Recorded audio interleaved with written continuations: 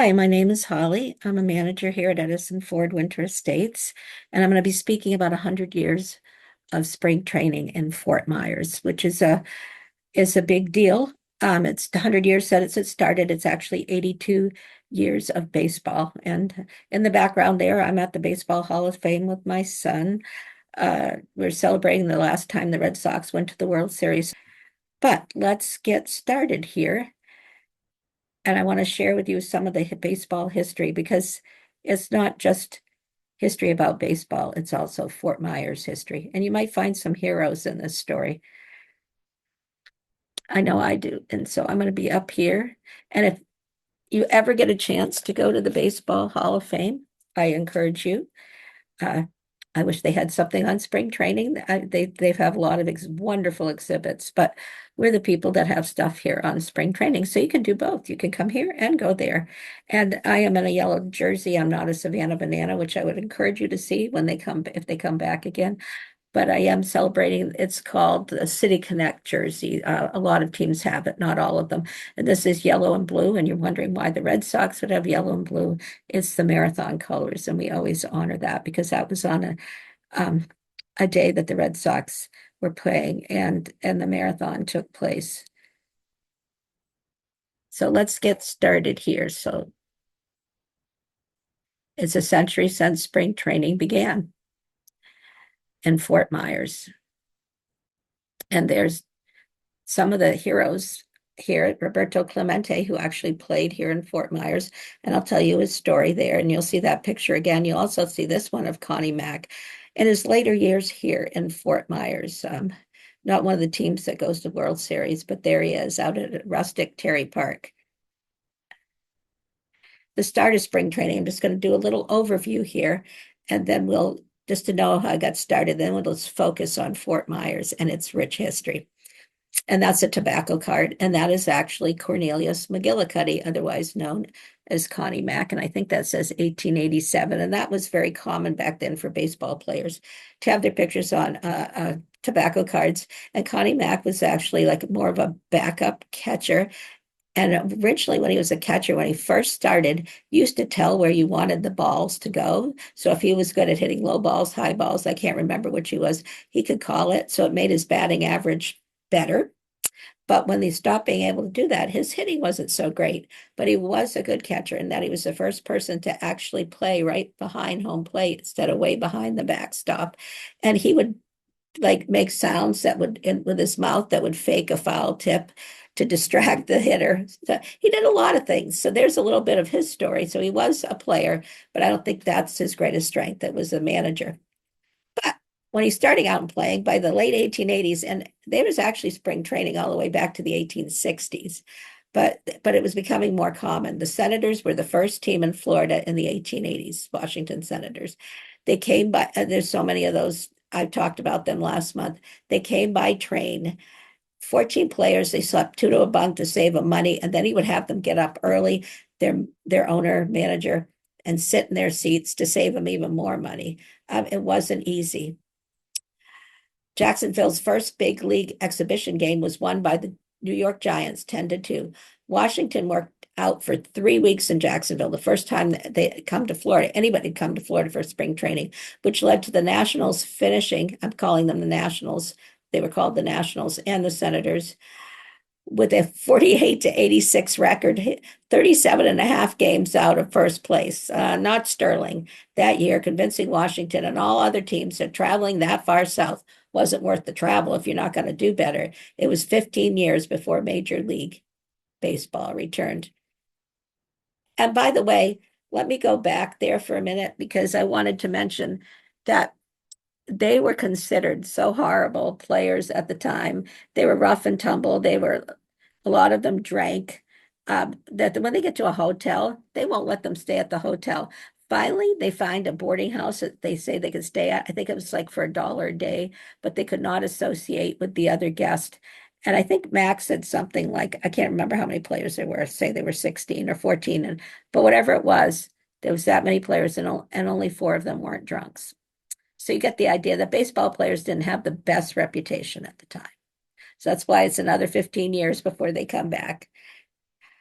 American League president Ban Johnson asked Mack to establish a baseball club in Philadelphia. And in 1901, Mack became the manager, treasurer, and part owner of the American League's Philadelphia Athletics, along with the baseball manufacturer Ben Scheib.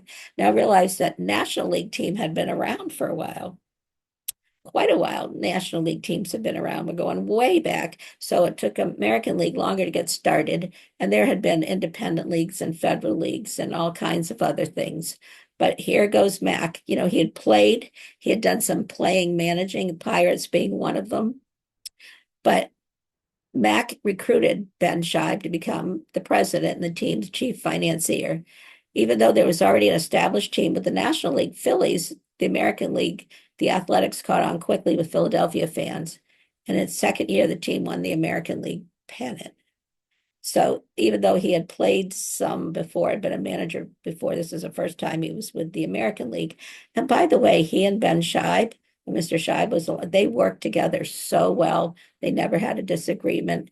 And it was a huge loss for baseball and for Connie Mack when he passed away, because there was nobody that could fill his shoes. And there is Connie Mack as a younger manager. The Athletics won pennants in 1902, but they did not win the World Series, and this is the reason why. The National League said absolutely would not play them. They didn't want that. They didn't want a World Series, so that's why it didn't happen. Otherwise, they might have won that year. So they won pennants in 2, 5, 10, 11, 13, 14, 19, 29, 30, and 31. The teams of 10, 11, 13, 29, and 30 won the World Series, so they've won 5. The Athletics have been designated by some as Philadelphia's most successful sports franchise, but not everybody would agree. The Athletics originally played at Columbia Park and 29th in Columbia in North Philadelphia before opening Shibe Park in April 1909 at 21st in Lehigh, and is in a section of North Philadelphia called Swamp Poodle, where many players lived in the neighborhood, not the opulent places a lot of wealthy baseball players live today. The first dynasty was broken up following the 1914 season due to a combination of factors, including rising salaries from the rival Federal League and the suspicions of Connie Mack that the 1914 team had quit on him in 4 straight games to the miracle Boston Braves, who are now the Atlanta Braves and became the Milwaukee Braves in between there, who were the underdogs. The second dynasty was also dismantled due to finances. The 2 sports writers who initially invested in the team, along with Mack and Scheib, had withdrawn, leaving the ownership just to Mack and Scheib families, and realized that Ben Scheib dies in 1922. What is this? Well, there is Connie Mack. There is my personal hero, Richard Q. Richards. And I'm going to tell you a story about how Richard Richards gets Connie Mack to come down here. But that is his drugstore, and it still exists today. I think they have a sign that says Pythian Hall, and it got painted a different color. But it was Richard Q. Richards' drugstore. And Richard Q. Richards believed that if he could get a baseball team down here, it would change things for Fort Myers. We wouldn't just have Thomas Edison. We would have baseball, and it would bring us great publicity. The world was such a different place. He offered this drugstore as a place for headquarters for the Philadelphia Athletics if they would come. So he goes to Philadelphia to talk to Connie Mack in 1923 and try to persuade him to come down here, that this would be a great place to play baseball. I believe they were maybe in Alabama, Montgomery, maybe. They had been all over the place. They had been a place in so cold in Texas, they had to chip the ice off the wood stove. So he wouldn't mind having a place where they could be stationary, but he's not going to tell Richard Q. Richards that. So Richard Q. Richards goes up there, tries to convince him to come. Will it work? Well, what do you think? He does persuade them to come. In fact, in December of 1924, unexpectedly, Connie Mack shows up at Richard Q. Richards' drugstore, and he just about fainted, and he gave him a tour of everything. Where Terry Park is today, that was originally going to be a country club started by Tootie McGregor Boulevard, and her second husband, after her first husband died, Dr. Richard Terry. And it just was not successful at the time. It was too far out. There were too many things wrong with it. And even when Richard Richards takes Connie Mack to go look at it, I mean, it needed a lot of work. They used it as the old fairgrounds. There was an elephant grazing out in the field. It was just a little rustic. But you know what? He could see the possibilities. They didn't even have enough hotels. I mean, they couldn't all stay in one hotel. There were hotels that didn't serve meals. So I mean, there were a lot of things that he could have viewed as obstacles, Connie Mack, but he did not. He thought the weather would be great. The people could play golf. The guys could play golf, and it just felt like it would fit the bill, and they'd be in one place continuously. They would have support. So Richard Richards leads the Kiwanis Club, and he persuades them to come for about $6,000. They left behind Montgomery, Alabama. The baseball field and a 1,500-seat grandstand. Nothing luxurious was built in Terry Park. And there were 5 sports writers on the train. And Richard Richards says something like, "This is publicity, could not be bought." And here's a team. The Athletics are going to win their 3. It says the team that time forgot. I think 27 Yankees is considered the greatest team of all time, but some people believe they rivaled them. The Athletics won 3 American League pennants, 1929 to 1931, and the 29 and 30 World Series, and it's considered their second dynasty. Let me tell you a little bit about this team. 5 players took the team for the Philadelphia Athletics on June 11, 1927. Now, some of these guys only played for the Athletics 1, 2, 3 years. They're more recognized as being players on other teams, but they were all there. These are future Hall of Famers. Eddie Collins, who had been with the first dynasty and came back as a player coach with the second dynasty. Zach Wheat, he's with the New York team. Ty Cobb, he used to be with the Tigers, but he's 2 years with the Athletics. Al Simmons and Jimmy Fox. 2 more entered the game later, Mickey Cochran and Lefty Grove. 7 future Hall of Famers now played the game for the Athletics. However, they still lost 6-5 to the Tigers. Players in the Hall of Fame who played in Fort Myers. Ty Cobb, went in as a Tiger, obviously. Mickey Cochran, Tigers. Jimmy Fox, Boston. Al Simmons, and he's actually an Athletic. Eddie Collins doesn't have anything on his hat. Lefty Grove, Boston. Chris Speaker, Cleveland. Zach Wheat, Brooklyn Dodgers, and manager Connie Mack. And there they are in their uniforms. And here's an interesting story. This is the whole team. The Edisons invited the whole team out to Seminole Lodge, and so they could have punch and cookies, and they end up telling alligator stories. And here's something interesting right here. This is the Athletics. This young lady is Connie Mack's daughter. Whoops, let me go backspace here. Connie Mack's daughter, that young lady right down there. Connie Mack's wife. There's Mina Edison. There's Thomas Edison. And this is wife of one of the Scheib sons here. But they all are on the steps of Seminole Lodge, and you could look at that all day and find new people. And here we go. Now that's something I'd like to talk about. There's Ty Cobb. We know mostly he's known as a Detroit Tiger, but he does play for the Athletics for 2 years. There's Edison out there at Terry Park with Connie Mack, and he takes a few swings a couple different times. Once when Cobb was there, once when he wasn't. But he knocks Cobb down when he does hit the ball, hits him in the shoulder. It was lobbed gently to him, knocks him on his derriere. And Edison says something to Ty Cobb, one of the greatest hitters of all time. Wish you could hit like that when you were my age. So he's not that humble. But yes, he does say that. But look at his shirt there. See that? That is a white elephant. And a white elephant means something that you don't necessarily want. You might want to sell cheap or get rid of. And that's what the New York Giants manager, John McGraw, calls the Philadelphia Athletics, the white elephants. Well, Connie Mack takes that joke and runs with it and makes a big deal about it and says, look at this. White elephants were really a great team instead. But that's why they have that emblem, and they still have that around, I believe. If you go to the Hall of Fame, again, I encourage it. First, of course, the first place you want to visit is us and visit our exhibit. But since there's a museum and a Hall of Fame there with plaques, there's Connie Mack. And this is one I took when I was there with my son. We've been there a few times, never stopped visiting it. A star catcher, but famed more as manager of the Philadelphia Athletics since 1901. Winner of 9 pennants, 9 American League championships, 5 world championships, received the Bach Award in Philadelphia for 1929. And that's for some kind of outstanding Philadelphian. And yes, here I am. I know I look different. I will say that if went back in the day when I used to go to Fenway and they would be yelling at Sammy Sosa saying, steroids, steroids. I'm taking prednisone and it does affect the shape of your face. And I always thought of that. They gave Sammy Sosa a hard time. So that's why I'm looking a little different, but I'll be back to myself again.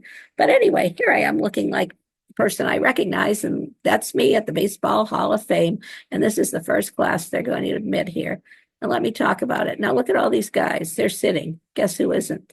Well, they're sitting in the front row, standing in the back. And there I stand in front of them, and I'm very short, and it looks like I'm sitting. So left to right, that is in the back row, Honus Wagner, who was a Pirate, Grover Cleveland Alexander, Tris Speaker back here. He was with the Philadelphia Athletics for 1 year of spring training. Knapp LaJoy, George Sisler, and Walter Johnson. And who is this here? Eddie Collins. I'm blocking the Babe Ruth, who goes from being a Red Sox to a Yankee, by the way. There's me trying to hone in on all their excitement here. And over here, I wanted to be next to Connie Mack. And there's Cy Young, the baseball award winner. And there they all are. The picture was kind of funny because I'm so short and these guys are sitting and about their same height. All right, so we have the athletics here until now. So anyway, I want to be in that picture. By the way, that's classes of 36, 37, 38, 39. And you're going to say, but wait a minute. Didn't Ty Cobb get in like that first year or one of those first years? Why, yes, he did. But why isn't he in that picture? Well, the story is interesting. There's a story that he came from California with his son by train. No, drove, and they just were late and they missed the picture. There's a story that he was in the hospital and he got out of there as quick as he could, went by train, but he was so sick and he still missed the picture. But no matter what, apparently he showed up after the picture was taken, but they weren't going to have, we don't know really what happened. And they didn't take the picture again, which seems like a darn shame because Ty Cobb should be in it, don't you think? That's my opinion anyway. Well, what happens to the athletics after 1936? They claimed that attendance was going down. It just they weren't getting the people like they wanted to. And his son, I think it's Roy, but it could have been Earl. One of them convinces him that he wants to be out. They want to be out in Mexico, where there's nobody to play, nobody even close within any kind of distance. So they end up in Mexico for 2 years, which is not successful. And I'm trying to think after that, they might go to California. They move around a lot. So that's what happened. They got pressured to do that. And I think it was sad. So they had him for 12 years here in Fort Myers, the first team, 1925 to 1936. So what happens now? 1940 to 1941, 2 years, the Cleveland Indians? What's with that? The New York Giants were leaving Baton Rouge to train in Winter Haven and wanted their New Orleans rivals to be closer.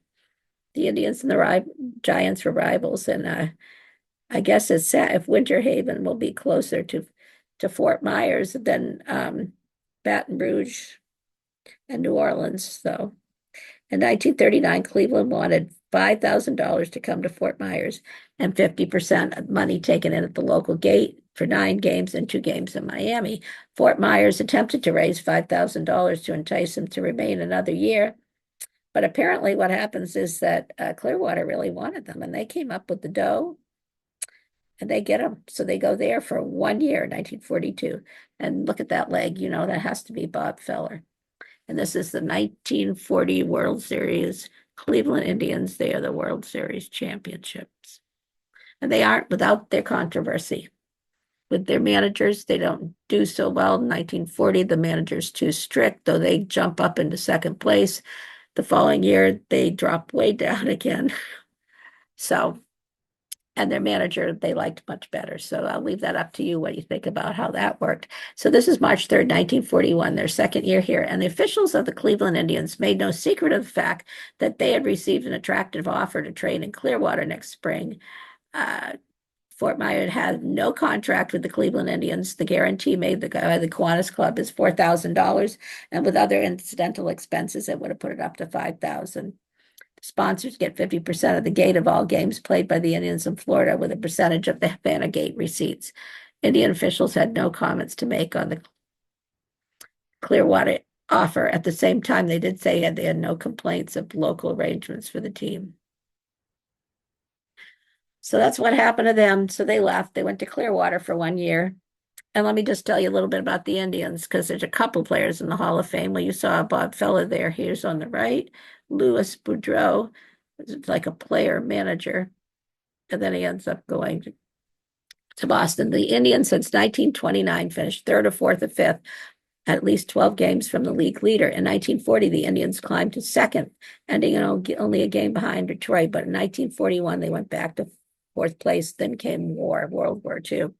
2 weeks before the Japanese attack on Pearl Harbor, 24-year-old shortstop Lou Boudreau was introduced as the new player manager of the Indians, who kept the job through 1950.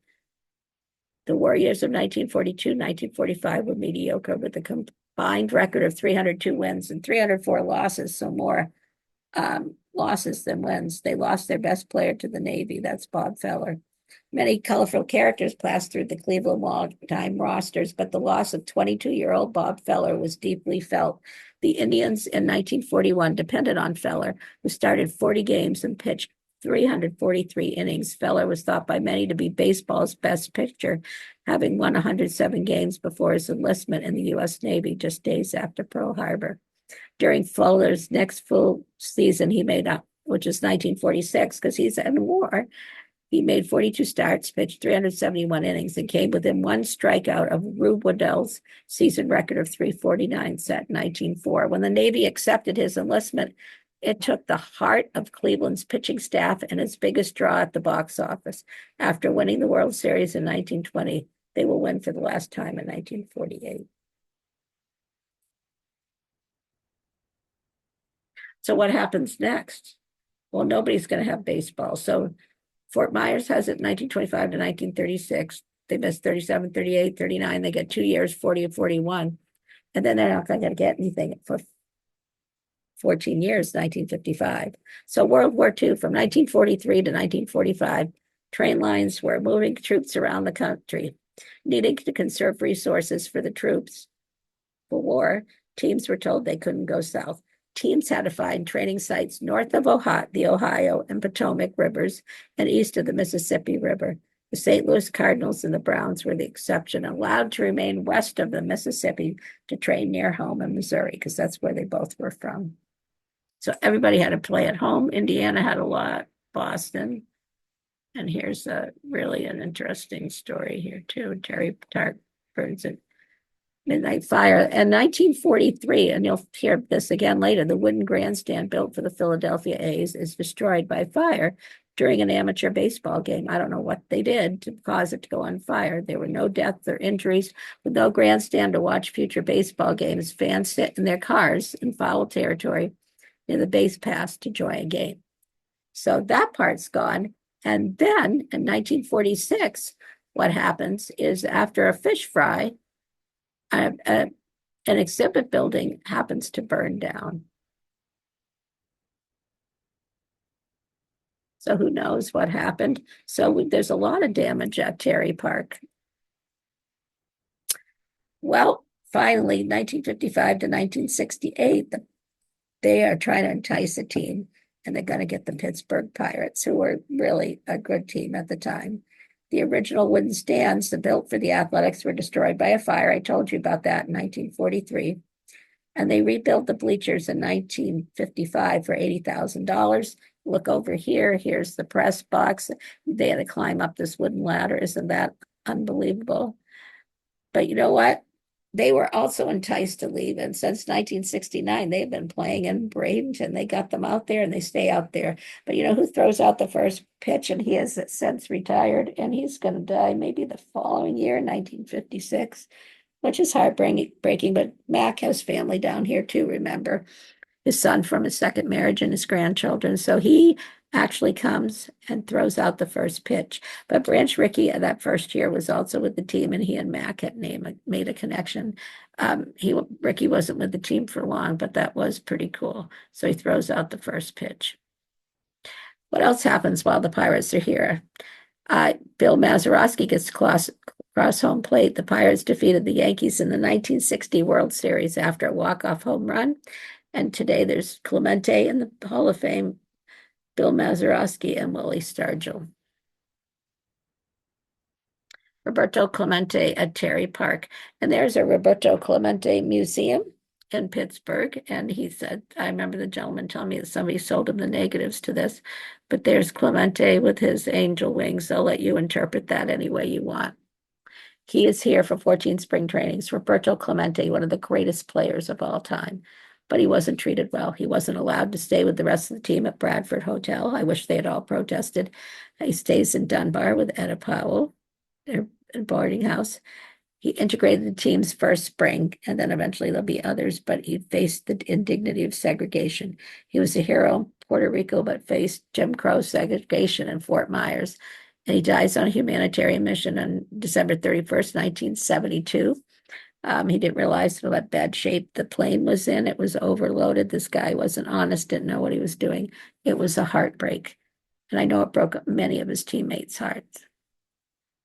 So they are there till 1968, where they're enticed away. I'll tell you who shows up in 1969. But just remember, it was very difficult. I can't even believe Clemente stayed here the way he and then some of the other Black players were treated. And he wasn't just Black, he was Spanish. And so they were treated very unwelcomely. They weren't allowed to go in some. There was integrated sections, by the way, at the ballpark. When they went on a road trip, they weren't allowed to go in a restaurant. They weren't allowed to take part in golf tournaments. I wish their teammates had stood up for them. Well, in 1969 at Terry Park, lights are added, and this is a picture from 1969. Lights are added in 1957 for the first spring training night game. A better deal in a stadium for the Pirates in Bradenton. And so they built it. And so the expansion Royals arrived the same year, their brand new expansion team. So the Pirates get kind of what they need, and the Royals come here. And it took a while because they were so beloved, the Pirates. They didn't want anything to do with the Kansas City Royals, but here they are. Kansas City Royals, 1969 to 1987. Fort Myers, Lee County were unwilling to build a new baseball complex for the team. Some articles state they wanted a new modern ballpark. Others say that they didn't want that much. So there's a couple of different things going on here. They just wanted a clubhouse. They wanted a new clubhouse and new office facilities in one building. They wanted upgrades to the main ticket offices and the public restrooms. The cost was only $300,000, and the county had already spent $500,000. And they kept on saying, "That's all you want. Is just you want more, more, more." And that's an article in the book under the it's about spring training. I'll have to find the name again. But then there's other people say they want a new modern ballpark with practice fields and facilities and things like that, this is taken at Terry Park. So which one did they want? The one was a newspaper article, one was a book article. I'll leave it up to you. But the team was done when they let them leave. They did not try to keep them. I don't care if they wanted just improvements made to clubhouses and buildings and ticket sales, or if they wanted a whole new ballpark. This team had been there for 19 years and they let them walk. The city tried to convince them. The county didn't try hard. I mean, they talked to them and tried to convince them to build what they needed, but they didn't. Neither one tried very hard. And, one of the articles says, you're going to end up building this for someone else. I wish you would have done it for us. That's what's going to happen. And that is what's going to happen. And this belongs to Mike Flanders, our CEO. This is his brother-in-law, Mickey Cobb. This is to recognize him, George Brett. There's a lot of well-known people here. So what happens to Kansas City while they're here? Well, it takes people a little while to warm up to them because the Pirates were so beloved. But then they came along. So the Kansas City reached the World Series in 1980 as American League champions, but lost to the Phillies. And in 1985, they went against the Cardinals. Notable players on the Royals who trained in Fort Myers: George Brett, you see him, he's their only Hall of Fame member. Bo Jackson, Dan Quisenberry, Frank White, and Brett Saberhagen. Well, what happens after they make no effort? I still don't get this one because they're going to end up paying money for the Twins to be here. They left for boardwalk and baseball. which is a place that it used to call be like circus world. So it had amusement park, not very high end, and the spring training facility near Haines City. The amusement park part never really lasted. It closed after 3 years. But the Royals are going to stay out there till 2002, and then they're going to move to Surprise, Arizona. And then they're going to move to other places in Arizona. But it's Baseball City Sports Complex. When it was still that, it was the spring training home of the Kansas City Royals. So this team leaves. We let them go after 19 years. What happens? You recognize this place. This is Hammond Stadium, the home of the Minnesota Twins, 1991 to the present. Hammond Stadium, and at the time it was Lee Health. It is Lee Health Sports Complex. At one point it says Century because it was Century Sprint Lee Sports Complex, but it's actually Lee Health Sports Complex. That cost about $14 million to build originally. They were the Washington Senators, and they trained in Orlando, except during the war years until 1990. But nobody enticed them enough to bring them here. They were 1901 to 1960.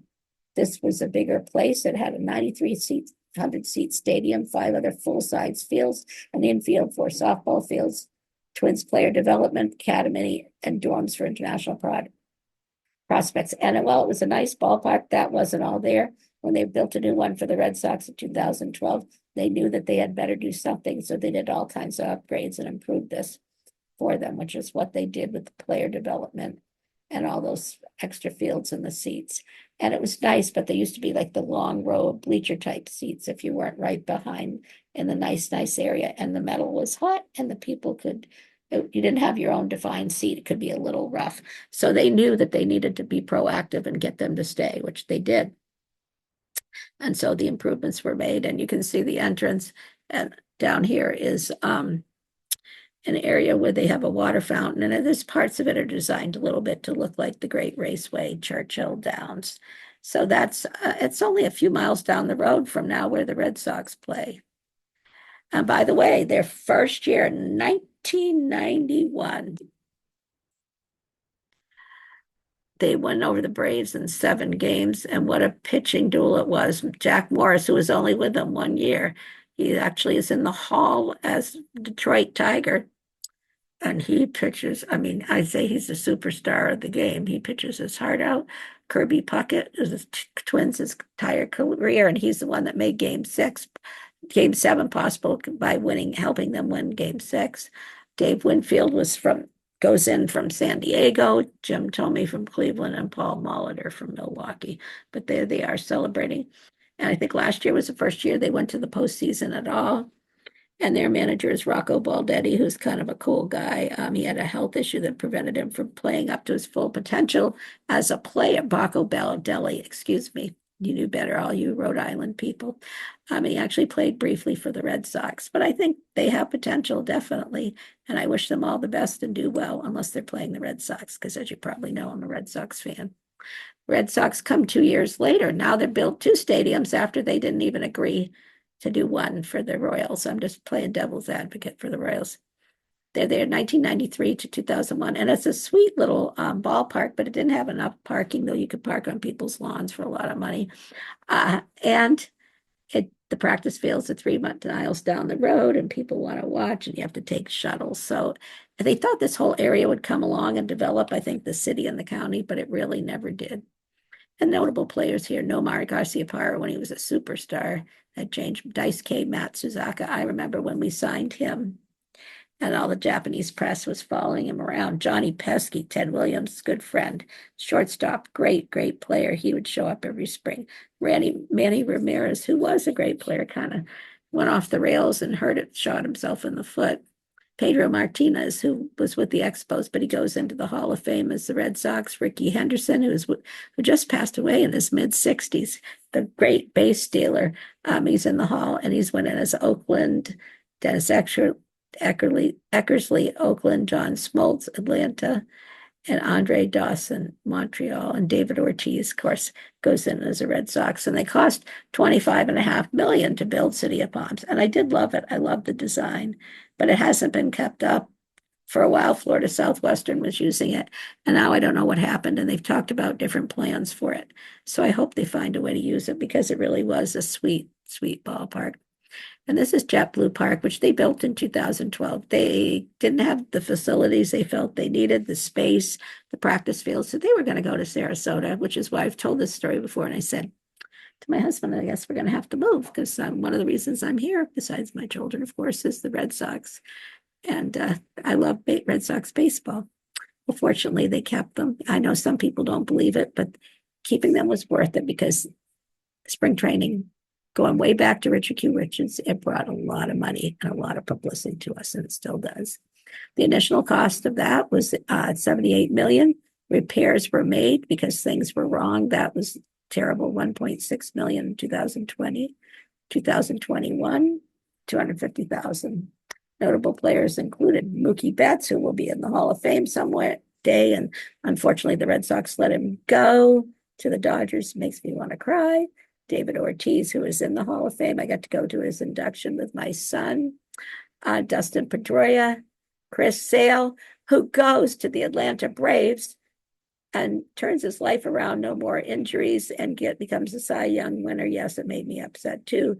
Xander Bogaerts, who is out in San Diego, and Rafael Devers, who's the third baseman, but now we've just signed Alex Bregman, who was the superstar's third baseman, but Rafael does not want to be a DH. He does not want to be a David Ortiz. So there's a little bad blood there. And if you go to spring training, even when it's just pitchers and catchers, go to the practice fields, you can see a lot of those players. You can see Pedro. You can see people like Dwight Evans helping people. Carl Yastrzemski kind of goes under the radar. By the way, he's in the Hall of Fame, and his grandson plays for the Giants. So you can see all of them, and there's lots of other people. And Louis Tiant, who passed away this past year, he would always be there too. What a thrill. And there's a good view of the ballpark. I actually took this one there. So as we go on, look at that. Some new slides. The ballpark is pretty exciting if you haven't been. It was a rough few years with COVID and other stuff, but it's so worth going. Well, what happens to them?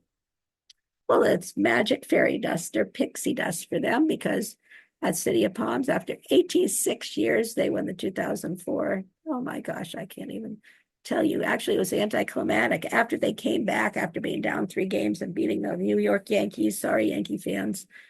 It was unbelievable. And then they just swept the Cardinals. 2007, I think it's the Rockies that they win. 2013. I can remember I'm in Gettysburg watching them in 2018. And I got to go to my first postseason game, terrible seats, but in 2018 and be there, their first American League division series, and they won it. It looked like they were going to lose it. And then my son and I went in 2021 and saw them win the division series, which they won. And then they won the championship series. Well, they didn't win the championship series, but they won the game we saw. So we saw 2.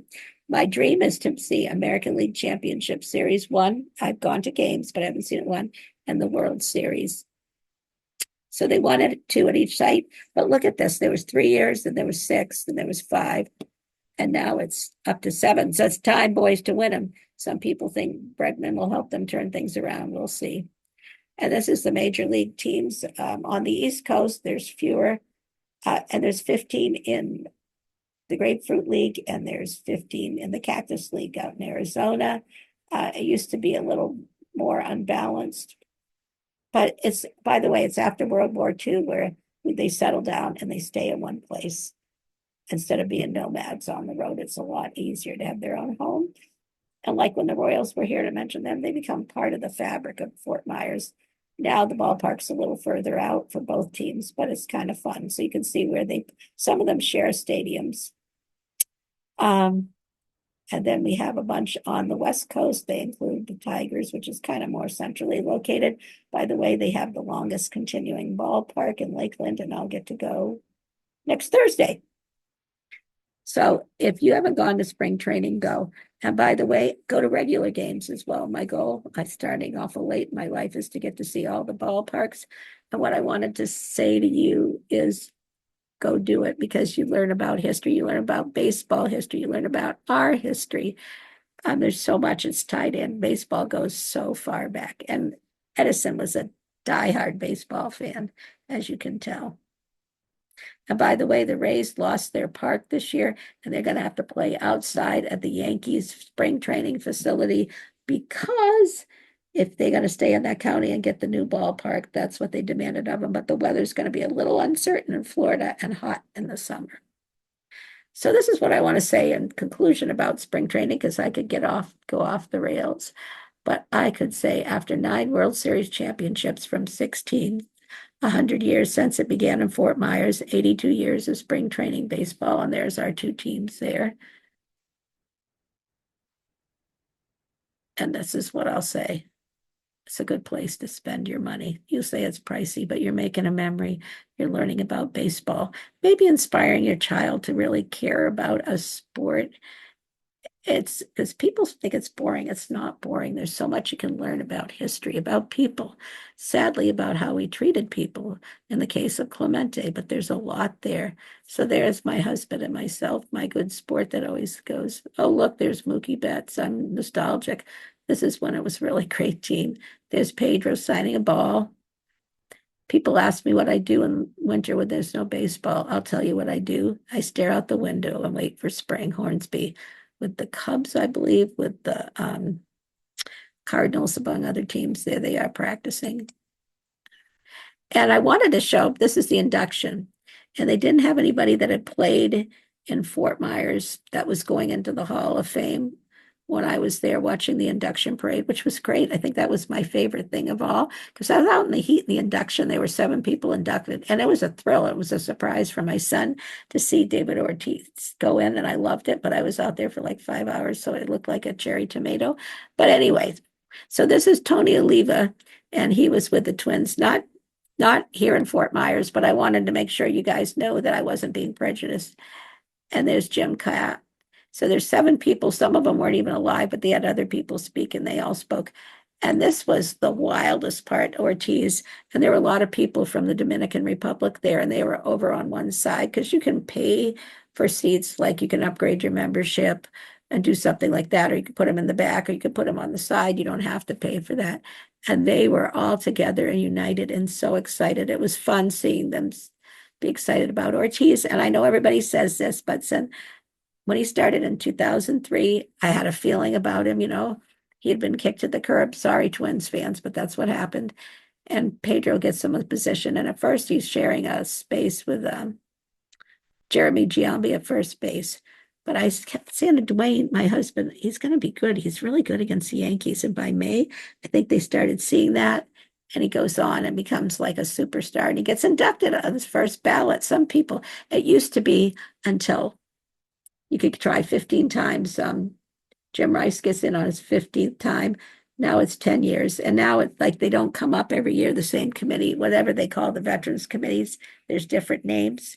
So they have a chance, but they don't always come up. Every year. So they have to wait. Like Dwight Evans should be in the Hall of Fame. Challenge me. No, don't, because he does.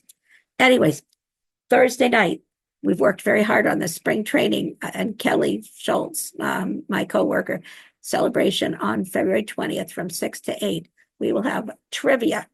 We will have the mascot from the Twins and the Red Sox. You can get your pictures taken with them. There'll be food trucks. You'll have to buy your own food, but all kinds of raffles, baseball, trivia. Some people from the McGillicuddy, the Mack family, the legendary Connie Mack's family will be here. You'll be able to go inside and see our baseball exhibit. We have a lot of baseball rich history here. Appreciate it. You'll get to do this all for free. It's from 6 to 8. We're going to have a blast. I hope that you will come and join us. You can't see the whole site, but you can see that room, and curatorial will be there to answer questions. But I love to answer baseball questions as well. But be outside, get some of those free raffles, do the trivia. There'll be just a little cutouts that you get your pictures taken in, get your picture taken with the mascot. It's all free. And we have that exhibit, and we have that legendary McGillicuddy Mack family going to be here. Connie Mack is one of my favorite baseball players. If I could pick to beat 3 people, who it would be, Two of them would have been here in Fort Myers. If I only could limit myself to three, Connie Mack, Roberto Clemente, who my husband got to be with when Three River Stadium opened. His high school band was on the field, and what a thrill that must have been to be near him. Those two. And the third one, the great Ted Williams. My brother's middle name is Theodore, after him, my dad's favorite player. And he was around in this area. He just didn't play here. So, I mean, we've got the baseball history. We have other players. We actually had Babe Ruth let to do us for the Philadelphia Athletics. Of course, he grounded out, but that doesn't matter. He was here. So we have a vintage baseball game on March 22nd at 10 o'clock. I think it's $5 to go. It's at the legendary Terry Park, where people like George Brett, Clemente, Connie Mack have fields named after him. You could go and enjoy that. It's on a Saturday. What else? Tom, our CFO, has designed a shirt that's going to celebrate 100 years of spring training. Hopefully by then they'll be available to buy. Bring your money. It says baseball is the greatest of American games. That's on the back. Thomas Edison on the front. Some pennants, banners about them. So there's so much coming up. I'm going to be speaking on the 20th. Let's see. I'm going to be speaking on the 20th. That's the same night we have the thing, but I'll be speaking at East County Library at 11 if you want to come hear it. Then I'm going to speak in the museum on the 28th at 11 o'clock in the morning about the history of the Philadelphia Athletics. In the afternoon, I'm going to do the same presentation, but it'll be different because it's never the same. On the 21st in the morning at 11, I'll speak in the museum. That's a Friday, about the Red Sox. In the afternoon about spring training. Again, I switch it up. I'm at East County at 11 o'clock on the 20th. I told you that. 25th, I'll be out at Sanibel speaking about this. And on March 3rd, Lakes Park. Baseball all the time. We're going to celebrate 100 years all the time. And let's say these are my resources. I hope I didn't miss any, but I hope you'll join us next month. My husband said I did a good job. Isn't he a nice guy? If I missed anybody or any questions, does anybody have anything? Well, thank you for joining me. This will be on YouTube later today. Thank you so much. Bye-bye.